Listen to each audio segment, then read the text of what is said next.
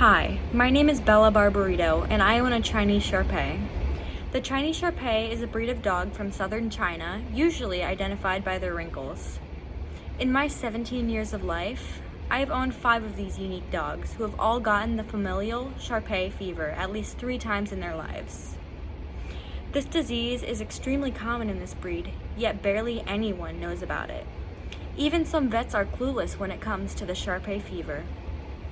Its symptoms include fever, panting, shaking, along with painful swollen hocks.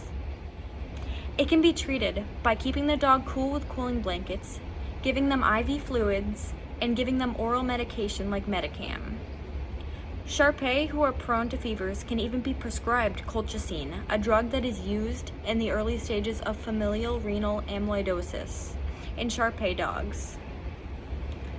Familial renal amyloidosis is caused by the fever and, if left untreated, leads to kidney failure and death.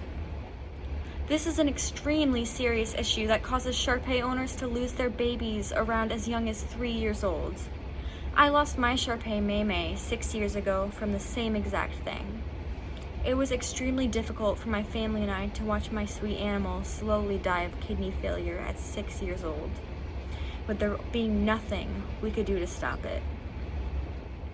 And barely anyone knows about this.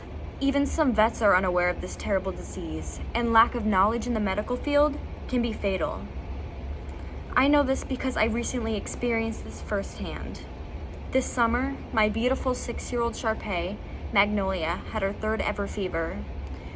We did what we could to treat her, like giving her Metacam, which helped a little bit, but we felt like we had to bring her to an overnight animal hospital, which was not our regular vet. They made us wait in the parking lot for over 2 hours while a veterinarian did research on the breed. She had been overdue for Metacam, so we asked them to give it to her. They never gave it to her, and her fever spiked 106.9, and they did nothing but give her medicine for an infection that she did not have, and they barely monitored her. And because of their lack of knowledge on the Shar fever, my sweet companion went into cardiac arrest the next morning.